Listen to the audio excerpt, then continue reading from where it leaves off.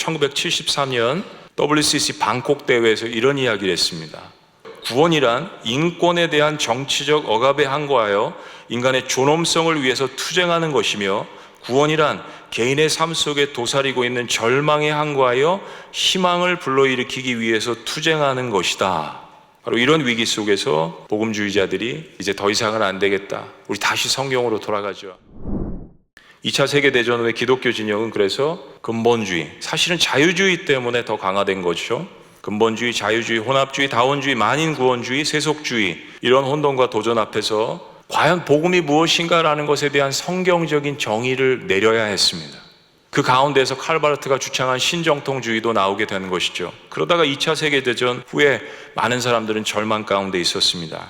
물론 1910년에 존 모트를 중심으로 이 세대 안에 세계를 복음화시키자, 선교에 대해서 에딘버러 세계 선교대회가 열려서 에큐메니컬 선교가 활발하게 전개가 되었습니다. 그러나 너무나도 비극적이고 마음 아프게도 1961년에 국제선교협의회는 1948년에 결성된 소위 말하는 WCC에 흡수가 됩니다. 그리고 WCC의 선교는 급진적 자유주의들의 영향으로 말미암아서 세계를 주창하게 됩니다. 선교의 세속화, 선교의 인간화, 선교의 모라토리엄, 이 세계를 그냥 간단하게 요약하면 선교라는 거 토착민들이 할 수도 있고, 더 이상 우리가 가서 복음을 증거하지 않아도 또 하나님께서 다 알아서 하신다, 소위 말하는 종교 다원주의와 혼합주의가 대두되게 된 것입니다. 이러한 주장들 때문에 선교의 열정을 잃어버리는 시기가 있었습니다. 또 1960년대 공산주의가 팽배하다 보니까 민족주의가 발흥이 되어서 자국의 토착 종교를 정치적으로 또 세우게 되는 그런 일련의 일들도 있었습니다. 이런 위기감이 고조될 때 1973년 WCC 방콕 대회에서 이런 이야기를 했습니다. 들어보세요. 구원이란 인권에 대한 정치적 억압에 항거하여 인간의 존엄성을 위해서 투쟁하는 것이며, 구원이란 개인의 삶 속에 도사리고 있는 절망에 항거하여 희망을 불러일으키기 위해서 투쟁하는 것이다. 아멘 하시면 안 됩니다. 자유주의가 무엇을 주장하는지, 변질된 복음이 무엇을 주장하는지 보시라고 예를 들어서 말씀을 드리는 것입니다. 바로 이런 위기 속에서 복음주의자들이 이제 더 이상은 안 되겠다, 우리 다시 성경으로 돌아가죠. 과연 예수님께서 우리에게 전하신 복음이 무엇인가? 사도 바울이 교회를 세울 때 주님께 받은 그 복음의 본질이 무엇인가? 라는 것을 다시 한번 회복하기 위하여서 1966년에 시카고 위튼 선교대회에 모였습니다. 그리고 그 해에 베를린 세계 선교대회도 같이 모이게 되죠. 기존 교회가 복음의 본질을 제대로 지키지 못하고 사회의 아픔을 외면하고 자유주의와 근본주의를 양성한 그 책임을 회개했습니다. 복음의 본질을 지키지 못하는 것, 그리고 복음이 갖고 있는 사회적인 관심에 대해서 울어주지 못하는 것, 이 두 가지를 실은 보수적이라고 불리우는 복음자들이 모여서 회개를 하게 된 것입니다. 이건 놀라운 역사였습니다. 1968년에 로잔 선언을 입안한 존 스타트 목사님이 68년 웁살라 4차 세계교회협의회 WCC를 참석하게 됩니다. 근데 존 스타트 목사님이 이 모임에서 상황들을 보고 이런 고백을 합니다. 육신적인 가난이나 기아에 대해 염려와 외침은 들렸으나 복음화되지 못한 수백만의 영적 기아에 대해 염려하고 주를 거부하고 회개하지 않았던 그 도성을 향해 우셨던 우리 주님의 눈물은 찾아볼 수 없었다. 우리가 선교를 봉사적 관심 속에서 바라본다고 할지라도 우리는 먼저 그리스도 중심적인 존재가 되어야 그 다음에 세상을 향한 기능을 나타낼 수 있다. 이것은 복음의 우선성을 이야기하는 것입니다. 저는 빵이냐 복음이냐, 이건 사탄이 던진 화두라고 생각합니다. 1970년대 한국에 던져졌던 빵이냐 복음이냐, 이걸 가지고 기독교 내부에서도 갈등이 많았습니다. 주님은 복음을 증거하시면서 빵도 더불어서 같이 주셨습니다. 같이 하면 안 되는 일입니까? 그러나 만약에 균형이 무너졌을 때 우리가 우선성을 세울 때는 반드시 예수 그리스도의 복음을 증거하는 것이 우선이다라는 이 선언문을 로잔에서 채택하게 됩니다. 그리고 선교에 있어서 좀 더 포괄적으로 우리가 복음의 우선성과 예수 그리스도의 유일성과 예수 그리스도의 우월성을 제시하면서 동시에 이 사회적인 아픔에 대해서 교회가 같이 울어주면 안 되는가? 라는 것을 선교에 대한 정의로 같이 함께 내려주게 됩니다. 이런 일련의 사건들로 말미암아서 1974년에 말씀드린 세계 복음화 국제 대회가 바로 스위스 로잔에서 열리게 됩니다. 로잔 운동의 핵심은 기독교의 극단적인 두 요소, 비성경적인 근본주의와 비성경적인 자유주의를 배척하고 WCC로 인한 선교의 훼손을 회복해서 세계 선교의 운동을 함께 연합해서 이루어 나가자라는 그런 취지입니다. WCC와 로잔 운동 사이에 존재하는 가장 큰 차이점 중에 하나는 WCC는 에큐메니컬 정신으로 교회 연합의 목적을 이루기 위해서 포괄적인 방법을 사용한 다양한 신학을 받아들였습니다. 여기에 문제점들이 발견되게 된 것이죠. 그러나 로잔 운동은 교회를 연합하는 방법으로 성경적인 복음의 일치를 추구하고자 노력했습니다. 이것은 완전히 다른 결과를 가져왔습니다.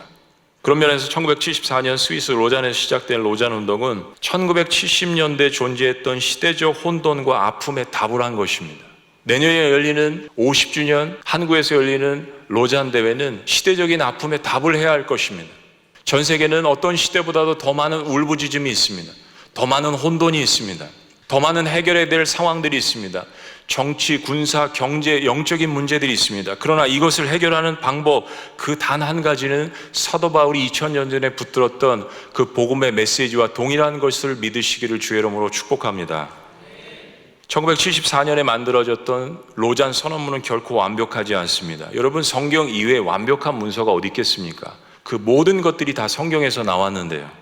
로잔 선언문은 근본주의자들에게는 때로는 파격적이었고 자유진영에서는 더 급진적이지 못하다는 비판을 받았습니다. 그러나 그런 일부의 비판이 있음에도 불구하고 로잔 선언문은 이제까지 복음주의 선언문 가운데 가장 포괄적이면서도 가장 성경적으로 균형이 있다라는 평가가 지배적입니다.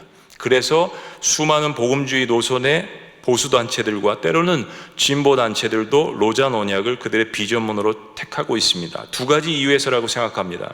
당시 로잔 운동을 일으킨 사람들을 포괄적인 의미에서 모두 복음주의라고 부른다면 그들은 시대의 고통과 울음에 대해서 치열하게 고민했습니다. 당시 복음주의자들은 사회상을 결코 외면하려 하지 않았다는 것입니다. 두 번째는 그 모든 복잡하고 어려운 문제에 대한 해답을 찾는 데 있어서 복음의 변함없는 텍스트인 성경에서 그 해안을 찾으려고 애썼다는 점입니다. 때로 모르고 로잔 운동을 비판하신 분들 가운데는 로잔의 선언문을 정확히 보시지 않은 분들도 있을 거라고 생각이 됩니다. 그러나 로잔의 선언문을 읽어보시면 그 모든 것들의 각주가 성경임을 알 수 있습니다.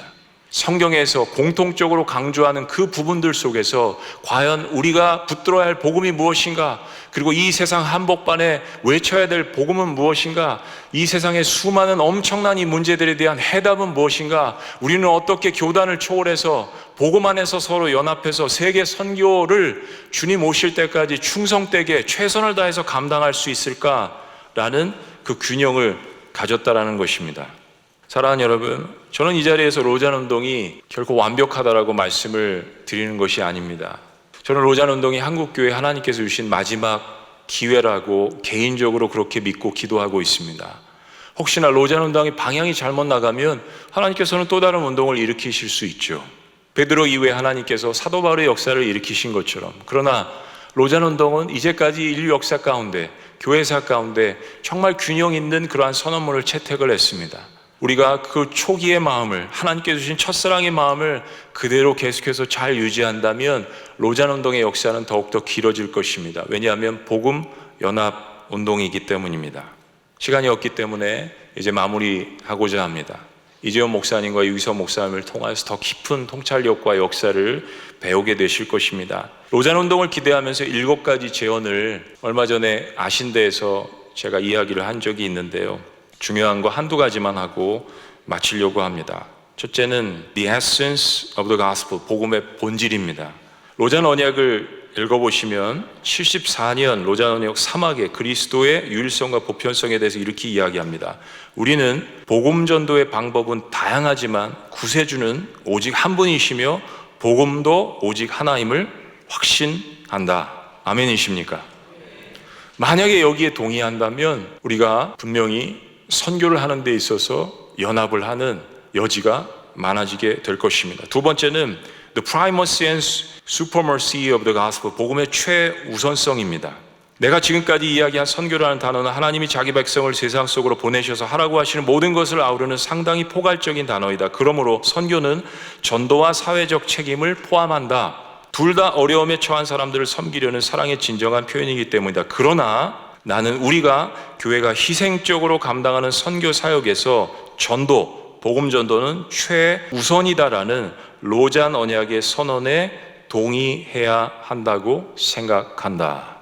로잔 언약의 이반자인 존 스타트가 1975년에 해설을 하면서 붙였던 것입니다. 사랑하는 여러분, 정말 해야 될 일이 많은 것 같습니다.